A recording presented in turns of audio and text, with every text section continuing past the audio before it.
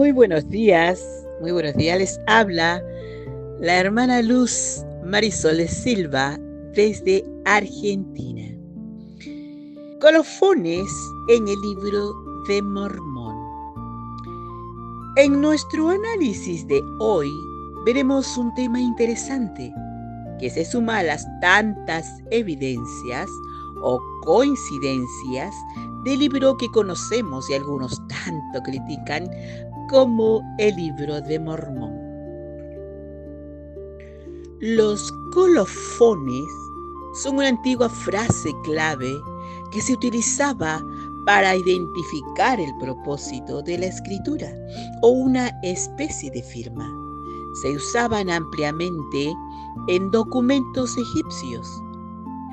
Esto constituye una prueba más del antiguo origen del libro de Mormón. Colofones del libro de Mormón.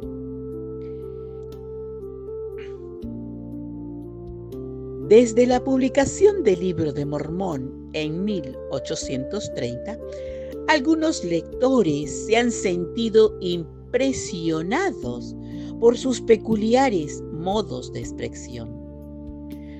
Muchas de las rarezas que al principio se consideraron señales de ignorancia o torpeza, resultan, al examinarlas más detenidamente, ser indicios de autenticidad antigua.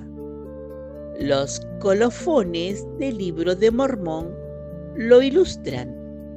Varios libros del libro de Mormón comienzan o terminan con una declaración del autor que certifica su autoría. A menudo anuncia lo que sigue en las páginas siguientes o explica o marca el final de lo que se acaba de decir. Por ejemplo, en el libro de Enós comienza. Esto está en Enós 1:1-2. Dice: Yo, Enós, os contaré la lucha que tuve ante Dios. Y en el libro de Mormón, en Mormón 1:1, comienza así: Yo, Mormón, escribo un relato de las cosas que he visto y oído.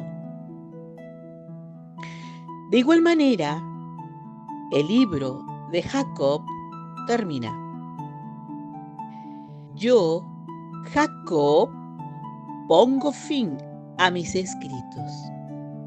Esto lo podemos ver en Jacob 7:27. Decenas de entradas editoriales como estas se encuentran en el libro de Mormón. ¿Y qué propósito tienen?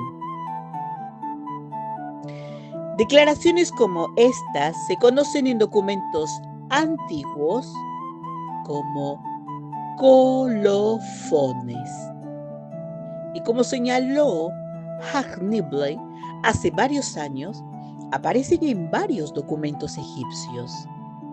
Por ejemplo, el papiro Bremer Ring comienza con un colofón que indica la fecha, los títulos del autor, información genealógica sobre sus padres y una maldición sobre cualquiera que alterara el documento. En otras palabras, una declaración de veracidad del registro. Estos elementos textuales funcionaban en la antigüedad como un sello de aprobación o copyright. Además de los puntos planteados por Nibley, la investigación ha profundizado en lo que estos colofones nos dicen sobre cómo se compiló el libro de Mormón. El hecho de que estos colofones hayan recibido un tratamiento diferente en las impresiones modernas ha oscurecido su naturaleza original. Colofones en primer Nefi. En el encabezado Antes del capítulo 1 de Primer Nefi, encontramos el resumen de Nefi, de su registro. Comienza con un relato de Nefi y su esposa Saría y sus 4 hijos. Y termina con: esto es según el relato de Nefi, o en otras palabras, yo, Nefi, escribí este registro.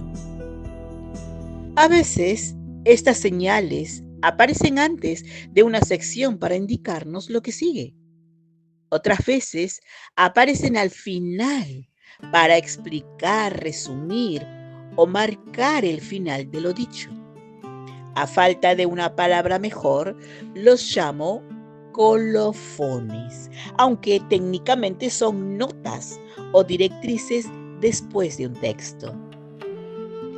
Nefi sentó las bases, escribió sus propios títulos, prefacios, resúmenes y conclusiones.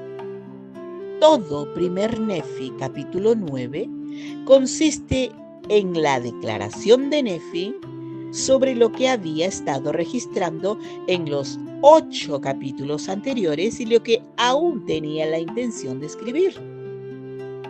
Observe también la sutil señal de su guía editorial en el amén que cierra el capítulo. En Primer Nefi, capítulo 14, resumió los capítulos anteriores y concluyó de nuevo con amén. Otros ejemplos claros se encuentran en el capítulo 15, versículo 36, y en el capítulo 22, el versículo 31, que cierra el libro de Primer Nefi. De Segundo Nefi, capítulo 5, versículo del 28 al 33, entendemos que Nefi comenzó a escribir el relato de las planchas menores, lo que se convertiría en Primer Nefi hasta Omni, unos 30 años después de que Lei y Nefi partieran de Jerusalén. Al tener un plan claro sobre qué incluir en las planchas menores, Nefi pudo comenzar su libro con el colofón, que suena como un índice. Conocer los detalles de todos estos comentarios adicionales no es necesario para los lectores cuyo principal interés es leer el texto por su valor espiritual. Sin embargo, sí tienen valor en otros aspectos. Para los estudiantes de documentos históricos y formas literarias antiguas, proporcionan valiosas pistas sobre el proceso de escritura y recopilación del registro.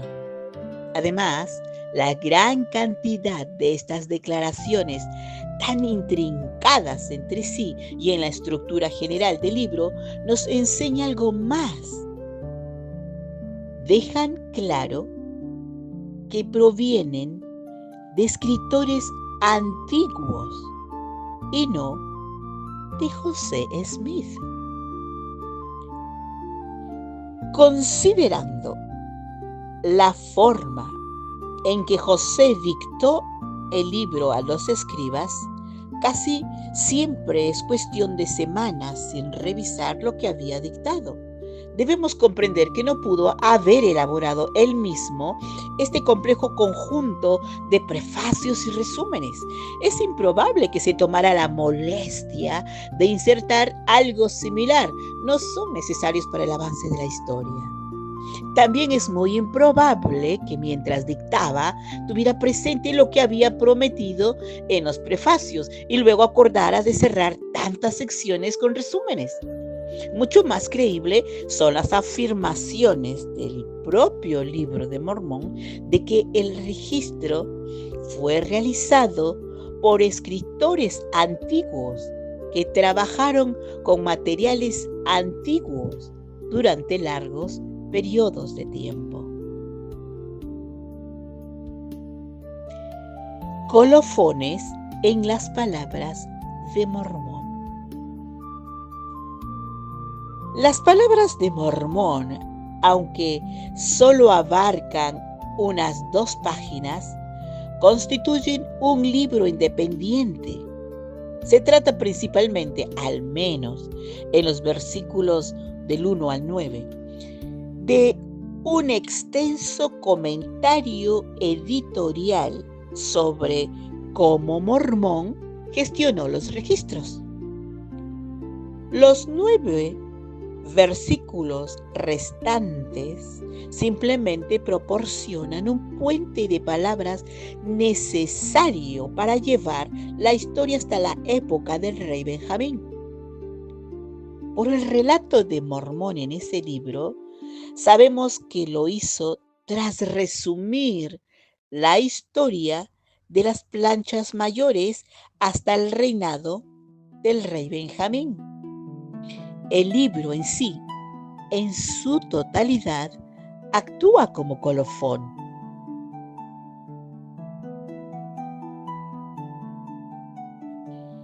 Colofones en Mosiat. Ausencia. Es una ausencia. La falta de un prefacio para el libro de Mosiat en el libro de Mormón actual probablemente se deba a que el texto retoma el relato de Mosiat algún tiempo después de su inicio original. El manuscrito original del libro de Mormón, escrito a mano por Oliver Cowdery, no tiene título para el libro de Mosiat. Fue entintado posteriormente antes de enviarlo a la imprenta para su composición tipográfica. La primera parte del compendio de Mormón del registro de Mosiat, incluido el colofón, se encontraba evidentemente en las 116 páginas perdidas por Martin Harris. Tras la llegada de las colonias nefitas de Alma y Limhi a la tierra de Zarahemla, el rey Mosiat II incluyó directamente en sus registros los escritos de estos 2 pequeños grupos. Véase en Mosiat, capítulo 25, versículo 5. Comenzó en el capítulo 9, el versículo 1, con un relato en primera persona de Senif. Pero antes del capítulo 9 hay un prefacio, posiblemente de Mormón, que comienza así: el registro de Senif, un relato de su pueblo. En Mosiat, capítulo 10, versículo 22, leemos: Senif concluyó sus palabras con un comentario editorial y el típico amén. Mosiat, capítulo 23 y 24, hablan de la colonia de Alma.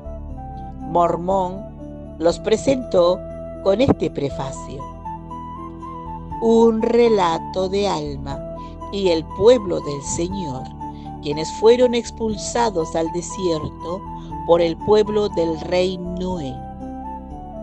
Finalmente, Mormón nos indicó en Mosiat, capítulo 29, versículo 47, que todo lo que él llama el libro de Mosiat había llegado a su fin. Considerando la forma en que José dictó el libro a los escribas, en su mayor parte en cuestión de semanas, sin revisar lo que había dictado, debemos comprender que no pudo haber elaborado él mismo este complejo conjunto de prefacios y resúmenes. Es improbable que se tomara la molestia de insertar algo similar. No son necesarios para el avance de la historia. También es muy improbable que mientras dictaba tuviera presente lo que había prometido en los prefacios y luego acordara de cerrar tantas secciones con resúmenes.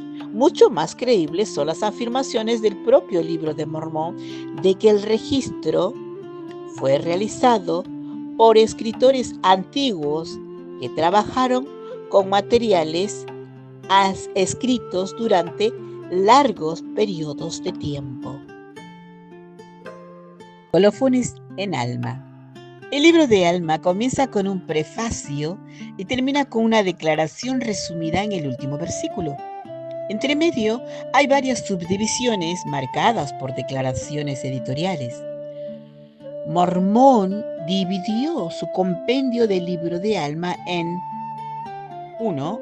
El registro de Alma, que termina en el capítulo 44 en el versículo 24 con "y así terminó el registro de Alma". Número 2. El registro de Helaman, que se introduce con un prefacio entre los capítulos 44 y 45 y termina con una declaración editorial en el último versículo del capítulo 62. Y número 3. El registro de Shiblon, que se caracteriza por declaraciones al principio del capítulo 63, versículo 1, y al final del mismo capítulo en el versículo 11. Mormón subdividió aún más su compendio del propio registro de Alma en el libro de Alma. Un prefacio al comienzo del capítulo 5 de Alma nos informa que lo que sigue consiste en las palabras que Alma pronunció. En el capítulo 6, versículo 8, Mormón cierra este extracto del registro de Alma con una declaración editorial que termina con "Amén". En el capítulo 7 de Alma es un extracto similar, marcado con colofones al principio y al final.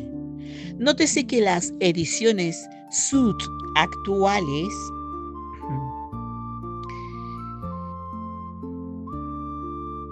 del Libro de Mormón colocan los prefacios iniciales de los capítulos 5 y 7 antes de los números de los capítulos, como en Mosiad capítulo 23.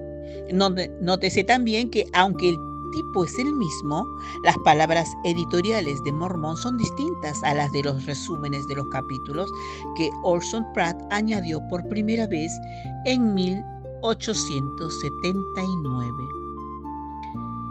La historia de la misión de Alma y Amulek en la ciudad de Amonía, en Alma capítulo 9 al capítulo 15, también comienzan con un prefacio. Gran parte del relato, aunque no todo, está en primera persona, como en el caso de la historia de Serif. Dentro de esta sección, un prefacio que aparece en el capítulo 10 y el versículo 1 también presenta el discurso de Amulek, su diálogo con Strom. Mormón marcó el final de la contribución de Amulek con una declaración en el capítulo 11, versículo 46, y dice: "Y así terminaron las palabras de Amulek", o "esto es todo lo que yo, Mormón, he escrito". Los dos capítulos siguientes consisten en las palabras de Alma, tras lo cual Mormón señaló: "Y Alma habló muchas más palabras al pueblo que no están escritas en este libro", ¿no? En el capítulo 13, versículo 31. Este libro, evidentemente, se refiere al compendio del propio Mormón. El resumen editorial del 10º año en el capítulo 15, versículo 19, parece concluir la entrada inicial por el prefacio del capítulo 9.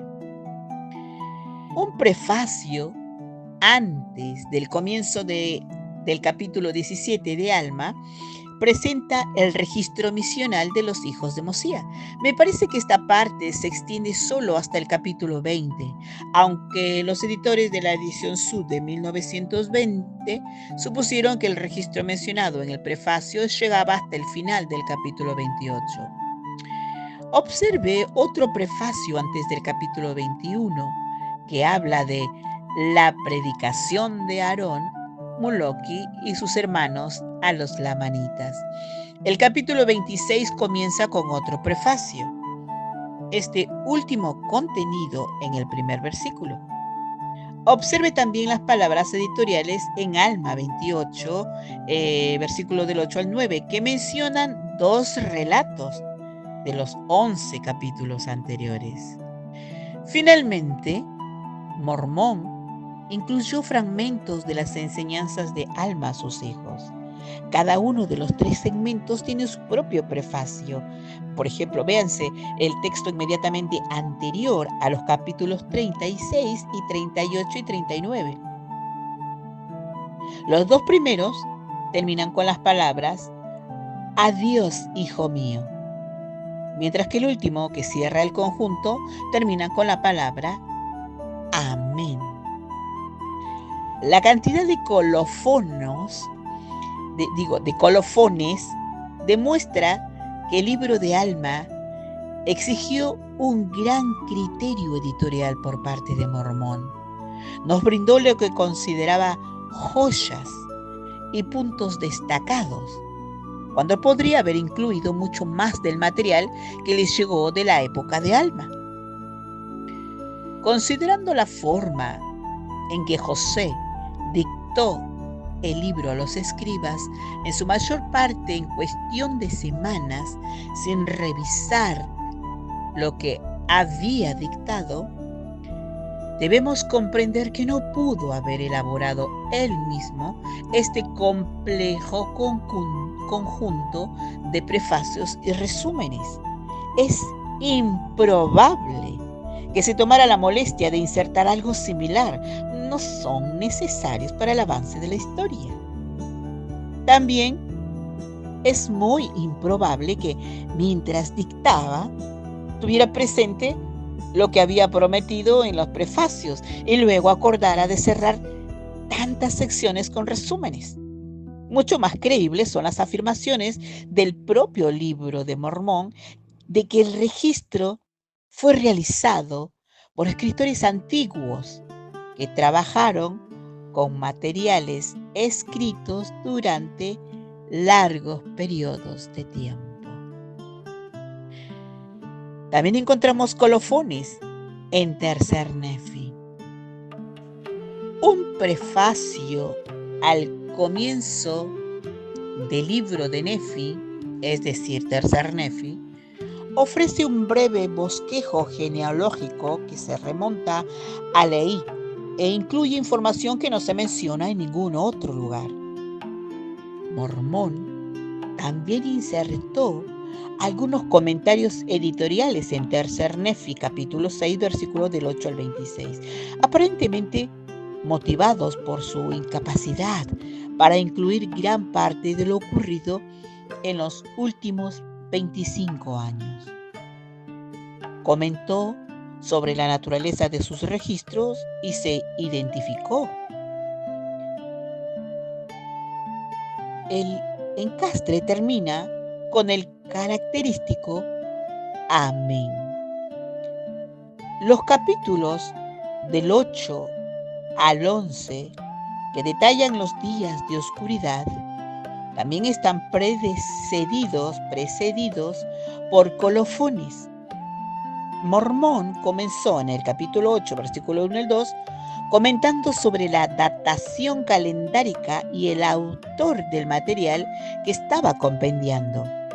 Terminó en el capítulo 10, versículo 19, con las palabras Por tanto, por esta vez pongo fin a mis palabras. Ya luego los capítulos 11 al 26 abarcan las 2 visitas públicas de Jesús al Nuevo Mundo. Mormón también registró una visita privada a los 12 discípulos en los capítulos 27 y 28. Un prefacio antes del capítulo 11 informa: Jesucristo se manifestó al pueblo de Nefi. Mormón finaliza la sección con el extenso pasaje del capítulo 26, versículo de 6 a 21, donde comenta sobre sus registros, resume las visitas de Cristo y describe los resultados de dichas visitas.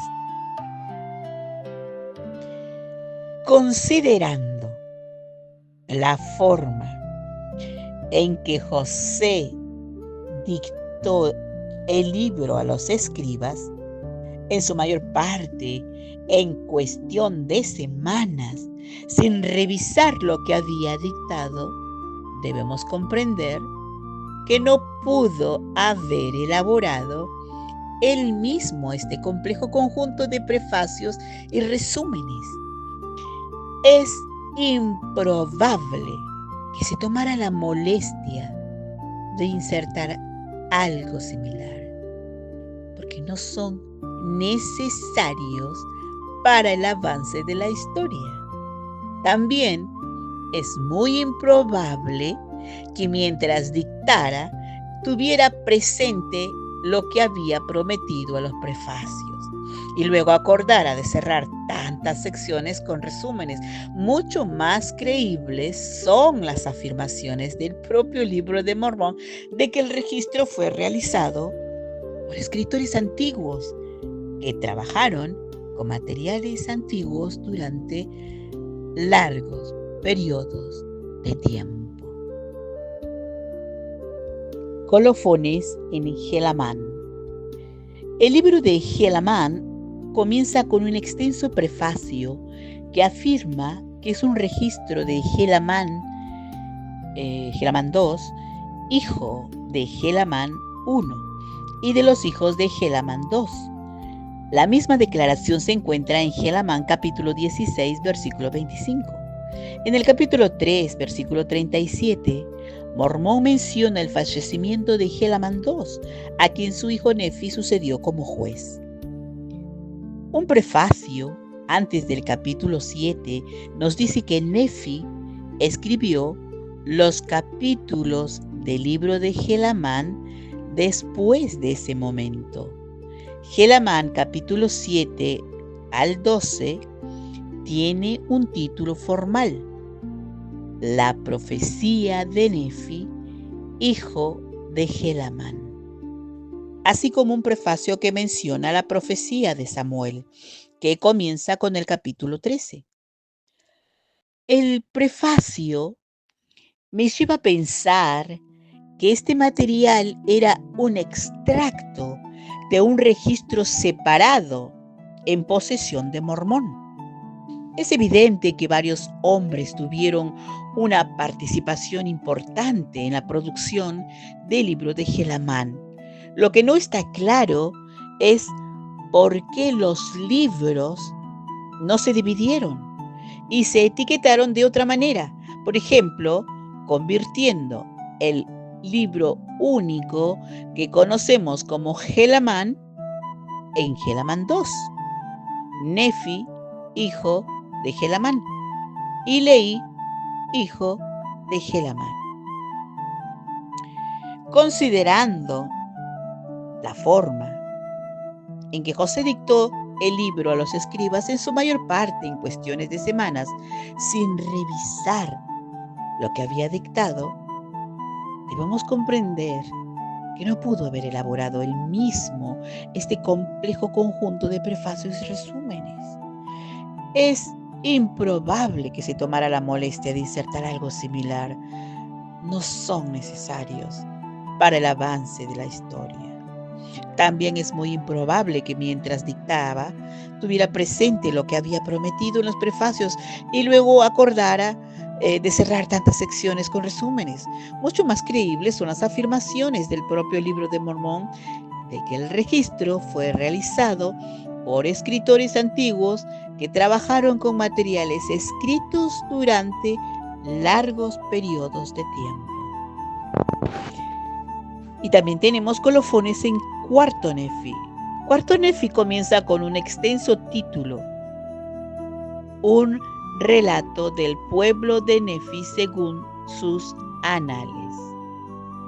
Mormón lo concluye con las palabras: y así es el fin del registro de Amarón, lo que indica que el libro había llegado a su fin.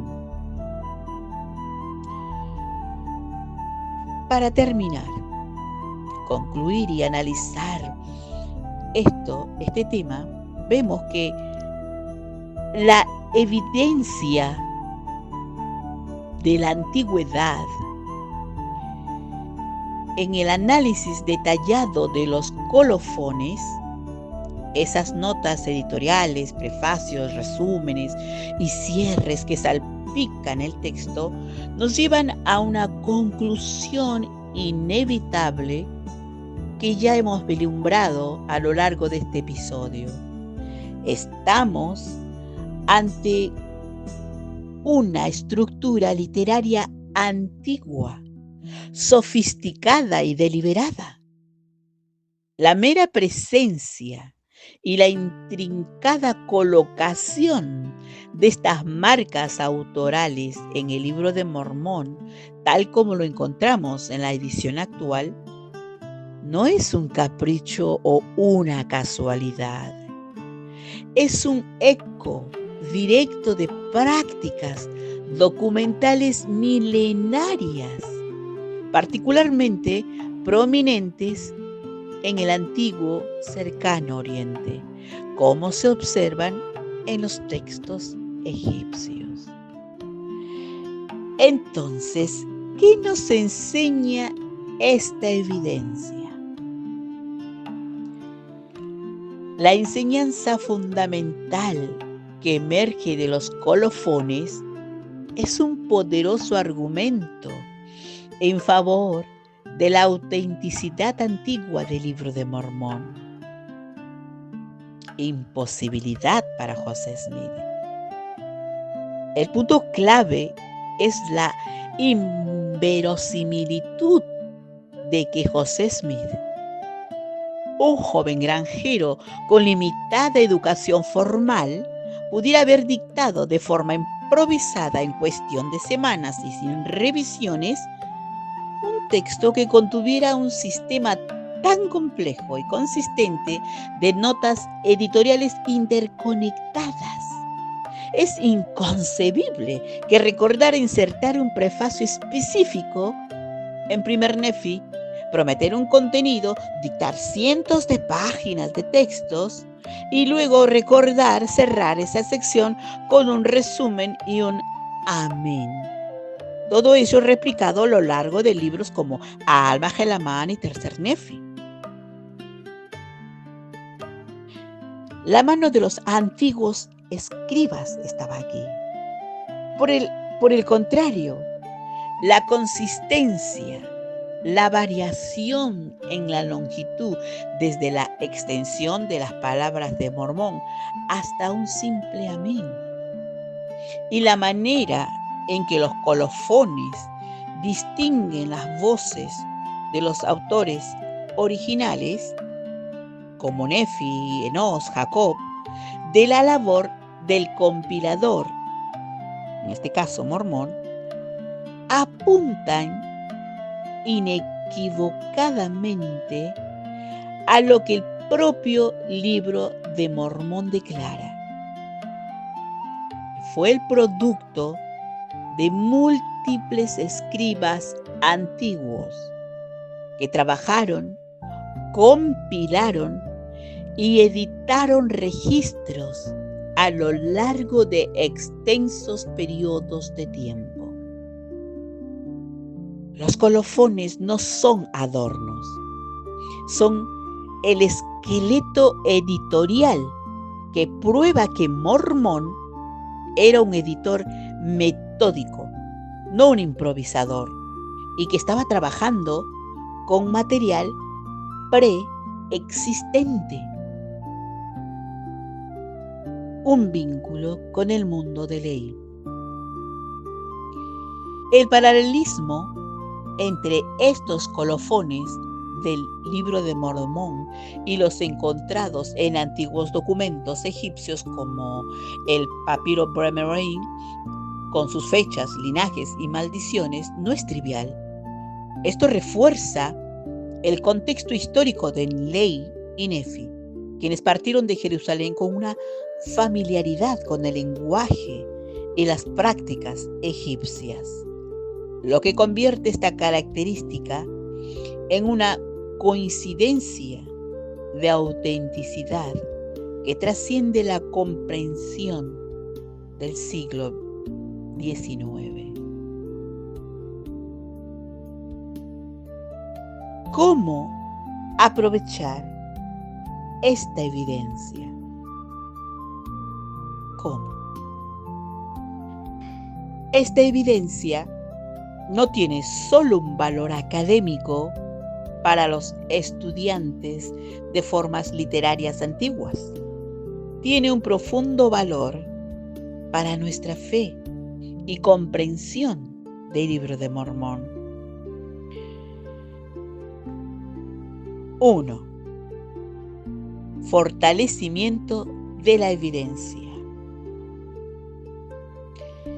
El patrón de los colofones nos proporciona una evidencia interna, textual y silenciosa del origen divino y antiguo del Libro de Mormón.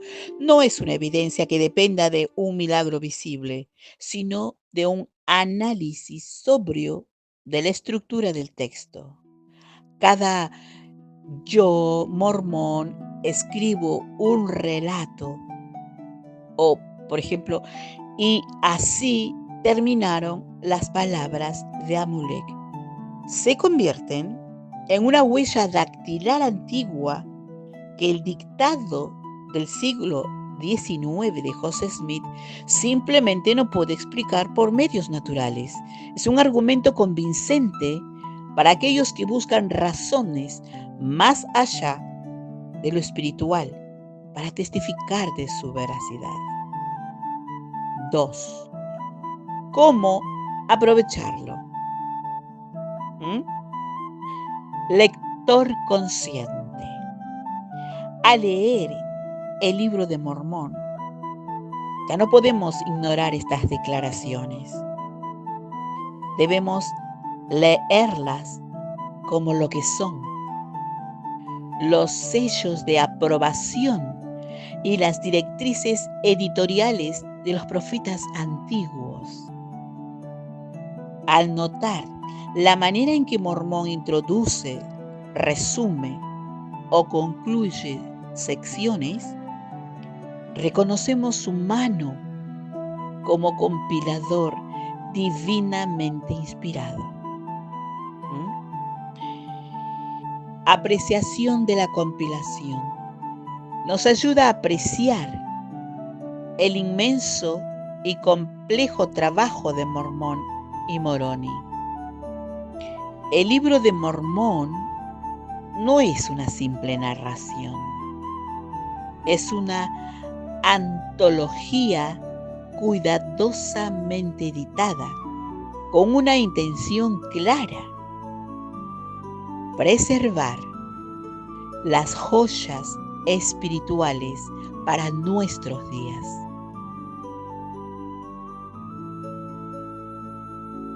Testimonio reforzado. Esta evidencia, combinada con el testimonio espiritual que obtenemos al orar, transforma nuestra creencia, nos da una base para decir: creo en el Libro de Mormón, porque sé que es verdadero por el Espíritu y tengo razones para creer que es antiguo por la evidencia textual.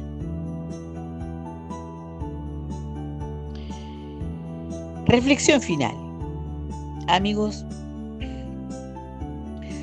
los colofones son el recordatorio silencioso de que el Libro de Mormón es exactamente lo que dice ser: un registro hecho por hombres antiguos para un propósito moderno. Nos invitan a mirar más allá de la traducción, más allá de José Smith, hasta los profetas grabadores que bajo la guía de Dios insertaron estos pequeños sellos de autenticidad. Al prestar atención a estos detalles, no solo encontramos una fascinante pieza de erudición, sino que nuestra certeza en el origen divino del Libro de Mormón se consolida, permitiéndonos tomar y aprovechar su mensaje central con una fe más profunda y un conocimiento más firme.